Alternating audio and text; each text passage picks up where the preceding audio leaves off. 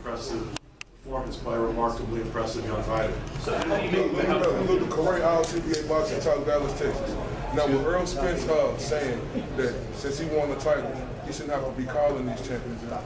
Now with him winning this fight tonight in spectacular fashion, do that put the pressure on you guys to make these other fighters at 146 fight him immediately? Well, we can't make anybody do anything they don't want to do.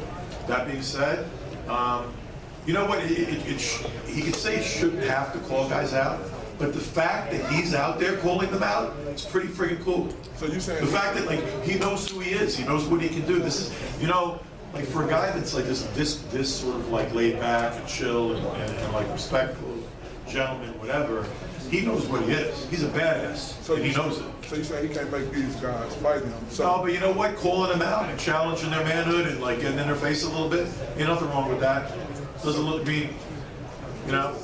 Eventually, people are going to respond, you know. And honestly, I think when Keith Thurman is at 100%, has one fight to get stuff under his belt, I don't know Keith to be the kind of guy that runs away from anybody. But can he bypass his two mandatories to fight an Errol Spence fight?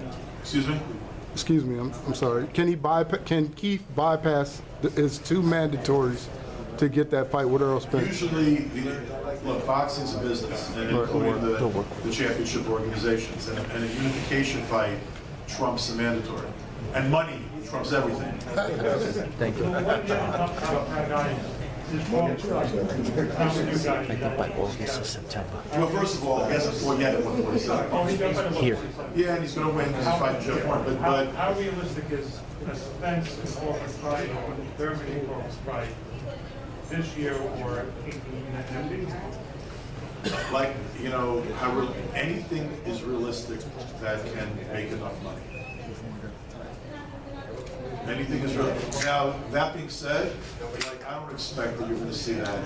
I think you'll see a Thurman Errol Spence fight before you'll see either one of them fight Crawford, because it's simply easier to make.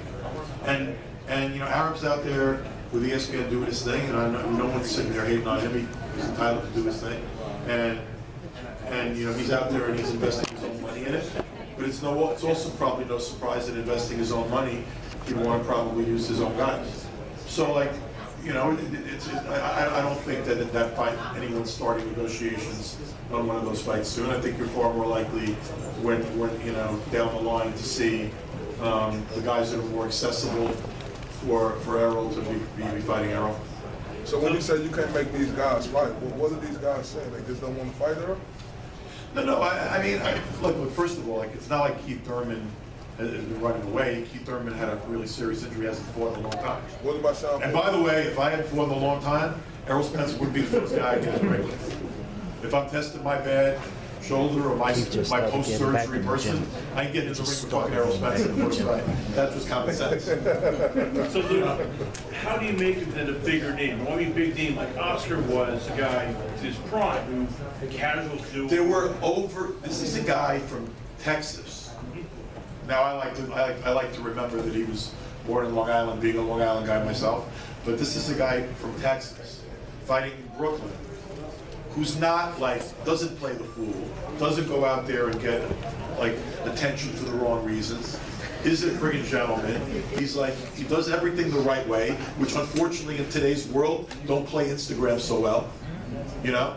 And he still had 12,000 people in the Barclays Center tonight. So what's he doing? We're heading in the right direction. No, I'm saying, how do you take him to that next level, the casuals?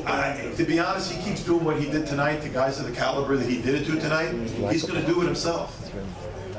You know what I mean? You know, and like, you know, yeah, like, you know, Errol getting out there. Look, you know, this is not a guy that's going to get attention for the wrong reasons, which I think is a good thing.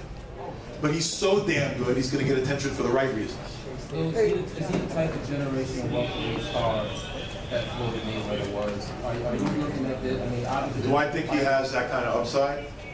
I think he's one of the very few guys in the world who does. Like, I think he's one of the very few guys alive right now fighting that has that kind of. I mean, it's a handful, and he's one of them. That has that you know. And honestly, there's a lot of things about him that remind me of Ray Leonard. who was my good friend, and we worked together for years when I was at HBO, and he was announcing, and we wrote a long time together. Ray was the nicest guy outside of the ring with a smile on his face. He always understood, even when he was having problems, whatever, how to act, how to conduct himself in public and in front of people, and with the fans, how to be accessible. But then he'd get in the ring and you'd see this look in his eye, where like you knew that now it's business. Now the guy in front of me is trying to hurt me, and I'm trying to hurt him. And that killer instinct, like this is like a kid that has that kind of killer instinct. You know, he's the whole package, and I don't see any reason to think that his popularity is going to grow really quickly, because it's growing really quickly as it is, and it's just going to grow quicker. Lou, fast forward to March. Have you guys ever reached out to Keith Thurman or anyone affiliated with you? And can you guys, Keith Thurman stood here with Errol Spence on his dais like a while back, a couple of months ago, and it was clear. You know what though? Keith also kept it real. I haven't fought in a year. I'm not getting in with this guy. You know, when I haven't tested my body or myself, and I've had all that time off.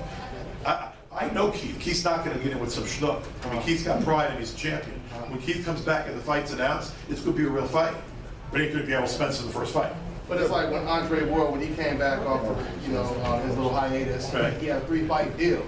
But we knew at the end of that 3-fight deal he was going to fight Sergey Kovalev. So can Keith Thurman do something like that? Yeah, I expect he has 2 fights. I'm sure you're going to see. Look, there's a lot of good welterweights in the sphere of fighters that you're seeing fight here regularly that are in the PBC and Showtime worlds right now. And the wealth of talent at welterweight is excellent. And I mean, you got Porter, who's a top player guy, who's a beast. You have Thurman, who's like a big, strong, one of the bigger 54-pounders in the world.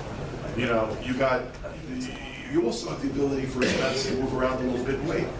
I don't think Errol would turn down a great challenge at 54. I mean, there's plenty of good fights to make it. And you certainly with Errol don't have a guy that's afraid to fight anybody, or a guy that's ducking anybody.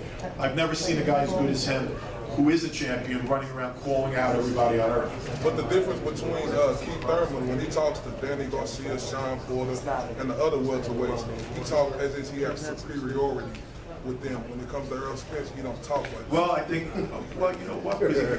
Keith's one of the smartest guys I know in the business. And he's a smart kid in general, smart human being.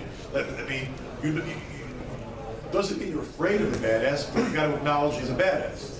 I think Keith Thurman knows he ain't going to have an easy night fighting Errol Spence. By the way, I think Errol Spence would probably tell you he wouldn't have an easy night fighting Keith Thurman either. Don't you think that looks strange to the fans when we see him talking real tough to these other guys, and when it comes to Errol Spence, he's all quiet? You know what, man? Is respect that hard to conceive of? I mean, like anybody else, like a great songwriter recognizes a great songwriter.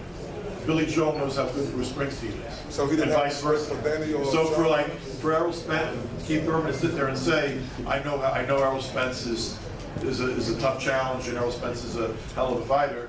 No, there's nothing about that that's inappropriate or shows any kind of fear or anything. Lou, every welterweight. Lou,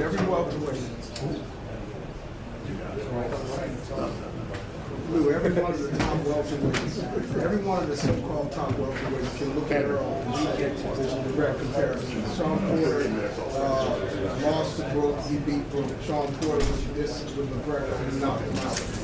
If you want to do that 6 degree separation thing, then you're going to be really scared of it when you start doing that. Yes, well, when you do that, I mean, because you have now Danny Garcia is fighting next month.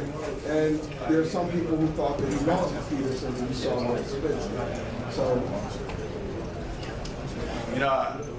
I just got to look at what, I don't even have to think about that shit. I just got to look at what I see in the ring and what this kid's capable of doing. He doesn't make a lot of mistakes.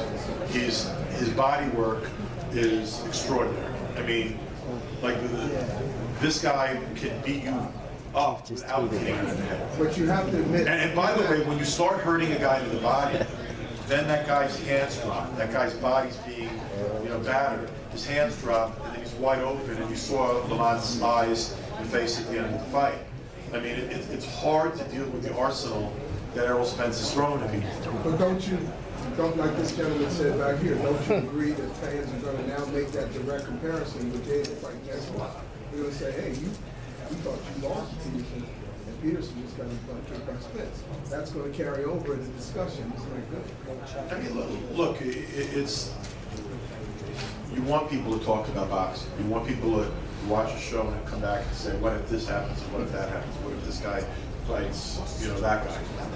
You want build up for fights. You want people, you know what? And frankly, this kid is his popularity and his star is gonna continue to rise the more people start making those kind of analyses, But see what's special about Errol Spence and it's special about all of the top level, the highest level of talent in boxing is when someone's this good, their talent becomes water cooler discussion. You see that kid Saturday night on Showtime. That kid Saturday night on Showtime was a beast. Man, who's going to beat that kid? You know what I'm saying? And that's what the buzz that he's creating right now. He said it many times. Like he does his talking in the ring, and he really does his talking in the ring. He talks really loud in the ring. Well, you said that you thought that he would beat Lamont Peterson. We all did. I did, but I didn't think it would be. I really didn't think it would be the kind of situation where it would be. It would have been what we saw tonight. But I think that early in the fight, he landed some good shots, and they made it pace. The great Barry Hunter. Like I said in the ring, I mean that from my heart. I would rather give my life up before I let my child die in that ring. And if you know Lamont, you know he's gonna march head first in the war. I thought we took too much damage too early in the fight, and we got too far behind. And just by looking at him, and he said something to me that really stuck in my mind. He said, well, you make the call. He said, other than that, I'm too far behind. He said, I'm gonna go for broke. And so when he said that, and I knew that he had too many holes in his defense, and Earl was too fresh, too strong, it seemed like he may have been getting stronger down the stretch. So that's why I made the decision I made. Again, I don't know how many more we got, but I do know this. I have never ever met a man like him, like his brother. I love him, I'm proud of him. If he never fight another day in his life, it's all right by me. I want to thank y'all for having me. Thank you, Rick. I appreciate it. That's one of the best trainers in the game, but that's also one of the best people in the game. Look at this team. Hey, you got any other comments about that? Hey man, what else you want me to say? We're in America. I wasn't up for trainer of the year in Russia or wherever you're from. I know I wasn't. Right? Okay. Derek James, is your Errol Spence the pound-for-pound top fighter in the world right now? I think he possibly is. I mean, I don't really know. Let me see. I'm doing the Charlo invitation, but I don't really know if he is or not. I mean, I just think that he looked good. He fought a very tough guy. And I think if Lamont Peterson was given the opportunity to do more, he would have done more. So I think Errol was able to be defensive minded. He gave a couple of shots, but that's boxing. That's what happens in boxing. And he was able to keep coming and keep the pressure and keep doing what he needs to do to be successful. Who can test Errol Spence? Hey man, I don't really know. I mean, we strong with heavyweight, so I mean, maybe the heavyweight in the gym, can do the work, but it's not a fight. But I don't know. So Derek, there was nothing Lamont did that surprised you guys at all? No, I mean, he kind of did exactly what we expected. Every now and then I was going to shoot a sneaky right hand, and he did that also. And so that's why I came in the corner and said, listen, every now and then he's trying to catch you with a counter punch, or a right counter or a left counter. And I watched it when he fought, it was the last fight, whoever the guy was. And that's what he was kind of doing, sneaking a little straight right, and the right or the left hook, so it was okay. I mean, we were prepared for that. Well, what round did you say this is the beginning of the end? Well, when he knocked him down, I do that. Because initially, when you see when he opens him up, he dropped him. That was kind of the point where it went like overkill. I mean, why you let him keep punching a guy like that? I mean, what's the point of that? I mean, I don't understand that myself. What, if anything, do you think Earl can do even better? I can't tell you because we're going to work on it, whatever it is, but hey, we just got to keep the focus like he was doing what he was doing. I never really showed that game because, you know, I always knew I could just press guys out and just beat them up. So, you know, my coach told me to show different things and vary my style up and my punches up and just step over. So I listened to him this fight and just stepping over, using my angles and things like that. Tell him too much. Can you, I have two questions for you. The first one, can you just discuss your, you relied a lot on tremendous body punching tonight. That seemed to really, really wear him down. Is that part of Derek's plan all along, go with the body? That's every fight. It's every fight. You know, there's just repetition. That's what we practice in the gym. That's what we've been doing since the amateurs. You know, we've been going to the body, you know, body first and then go upstairs. You know, because the body is a bigger target than the head. So, like going to the body first, breaking the guy down, then bringing it back upstairs. The other question is, you made your point in the ring afterwards. You said, as you said before the fight, that the fighter you want is Keith Thurman. But we all know that that won't be next because he's coming off the injury. He's going to fight somebody else in April. He said himself, sitting right in that spot where you guys did a press conference a couple months ago, that he didn't think the fight would happen even perhaps until 2019. You're not going to sit around and wait for him, as you've said. Who out there can you fight that's not Keith Thurman that can interest the fans or interest you in your next fight? I mean, anybody. I mean, you know, I'm not going to sit around and wait for him like I've been saying. The whole goal is this year to stay active and fight quality opponents. So right now I'm just thinking of a homecoming. I'm thinking about going home and fighting in Dallas, my next fight. So hopefully we can make that happen. I want to answer that also. Is that we are giving Keith Thurman an allowance that we did not give Kell Brook, because the world expected Kell Brook to fight Errol Spence next, right? It was mandatory. Yeah, but you're giving him a pass now. He had everybody giving him a pass because he came off of surgery. Both same situations. So he shouldn't be allowed to wait for 2 years or whatever he wants to do. He should be able to get in there and take a fight. Errol, over here. Congratulations on an impressive performance. This was your first fight since May. That was your first fight since August before. Do you want to be more active, and how many times do you want to fight this year?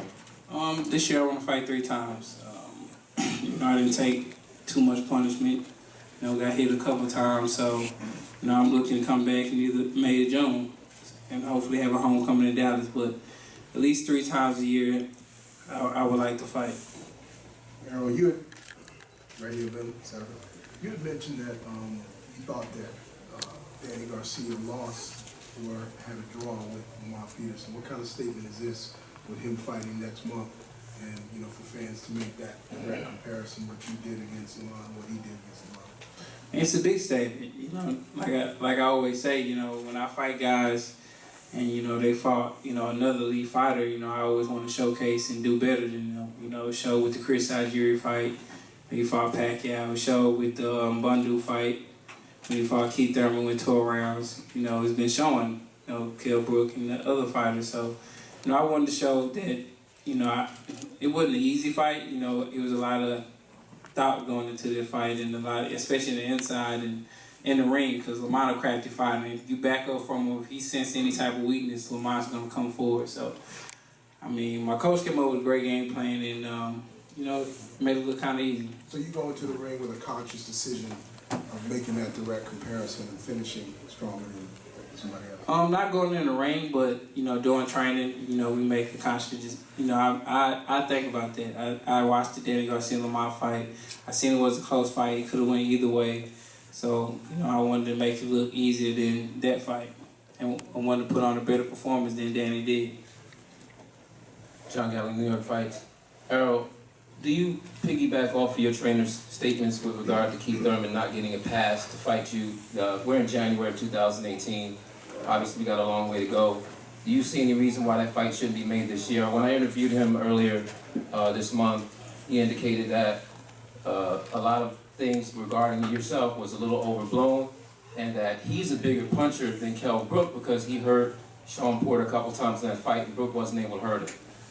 What do you think about the likelihood of that fight if Keith Thurman is able to come back and, let's say, April looks pretty good? What would you like to say to Keith Thurman right now? I mean, he said he's a bigger puncher than these guys, but when the last time he got a knockout? I mean, so you know that, you know, the pedigree opponents raised, and he's not getting the knockouts anymore. You know, he was one time when he was fighting lower caliber fighters, but now he's not getting any knockouts. And you know, I give him a pass. You know, I haven't said that. I've been going on record to say that I let him have a tune-up fight. He's been out for a while. He just come off an injury, have a tune-up fight. But after that, it should be me. In 2018. Yeah, 2018. This is the beginning of the year. This is January. We have a tune-up fight March, April. Then we can fight at the end of the year. Coach Anthony here with Behind the Gloves again. I have another question for you. So you beat Kell Brook, you beat Lamont Peterson. Do you feel that you beat, like out of all the guys in the 147 division, do you feel like you already beat the two best fighters? And if not, who do you think would be your toughest challenge at 147, other than obviously a Keith Thurman as a name, but who else is out there? Who else would you like to fight? You know, with Lamont, he is a top 5 fighter in the welterweight division. With Kell Brook, you know, before I beat him, everybody was saying that, you know, arguably he was the best welterweight in the division. You know, he was a big guy, he was real sharp, he was got to box and bang. You know, it's a lot of guys for me to fight. Now you got Amir Khan coming back. How about you and Amir Khan? How about someone get I mean, would you like that fight, or do you feel like, or you just think it's a joke? You like that fight? I like the fight. I like the fight. I'm not saying he could win, but I like the fight. Down. Interesting fight. Hey. Don't say you're fighting Conor McGregor. Man down. Right here, Errol. Hey, Errol, correct, TBA Boxing Talk, Dallas, Texas. Hey, what up, man? Before this fight, a lot of people were saying, oh, Errol can't move his head, he can't box. They said you was just a come-forward fighter. Did you show everybody tonight your full arsenal? I've been told people I can do it all. Like I said before, nobody really made me box, or nobody really made me, you know, move my head or use angles and things like that. You know, even with my coach, why don't you, you know, I do it in sparring all the time. My coach in the fight, like, why don't you use your angles, why don't you move and doing this? Because I didn't have to. You know, and just today I just felt like boxing and using my angles and things like that. But you see at the end of the round, I start coming forward. Errol, Chris Connor here, Last Call Radio Show. Congratulations on your performance first.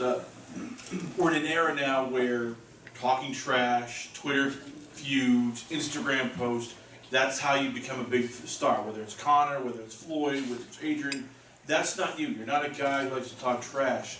How do you build your brand? How do you become a guy who can, you know, captivate people who are non-boxing fans, casual fans, when you don't want to go on Twitter, you don't want to go on Facebook, and I'm guessing you don't want to be one of those guys who acts like an idiot. I mean, Sugar Ray Leonard didn't talk trash either. I mean, Sugar Ray Leonard crossed over and became that guy because his performance in the ring, you know, his smile, he was a people's person and things like that. So It's funny, before you walked in here, his name came up. Oh yeah? Yeah. And things like that. All he's got to do is keep beating people's asses like he's been doing every fight out there. You don't have to play the fool. Just do what you're supposed to do. And if you're exciting enough in the ring and you're destroying top level of competition, you're going to be a star. 5 million people saw him fight on network television. 12,000 people. He don't live here in Brooklyn. It'd be nice if he did, but that man lives in Texas. He came in and there were 12,000 people here tonight. I mean, it's happening. Sorry. Errol, you're obviously a special fighter, but Derrick James is a special trainer. Do you think he's trainer to you? Definitely. I mean, definitely. Especially if you look what he's done with Jamel. I mean, Jamel was a guy who used to box. He didn't get many knockouts. You know, people were trying to call him boring and things like that. And then now, you know, he's getting knocked in the head. I think two knockouts that was nominated for knockout of the year. So I mean, you see it. The proof is in the pudding. Even with me, every fight I'm developing, I'm getting better.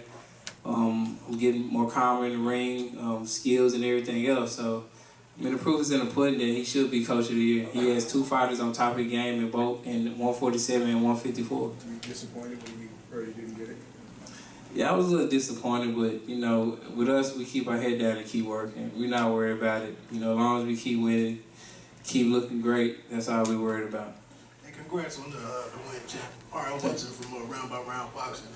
Things have obviously changed since you and Lamont sparring back in the day. But anything tonight that caught you off guard with him standing in the pocket so much? Did you have any expectations of him fighting a different fight? No, I think, you know, Lamont and the whole game plan was, you know, not to get on their back foot because they didn't want me to, you know, become confident and try to press them out. So they tried to stand their ground, and, you know, it kind of backfired on them because they didn't expect me to box.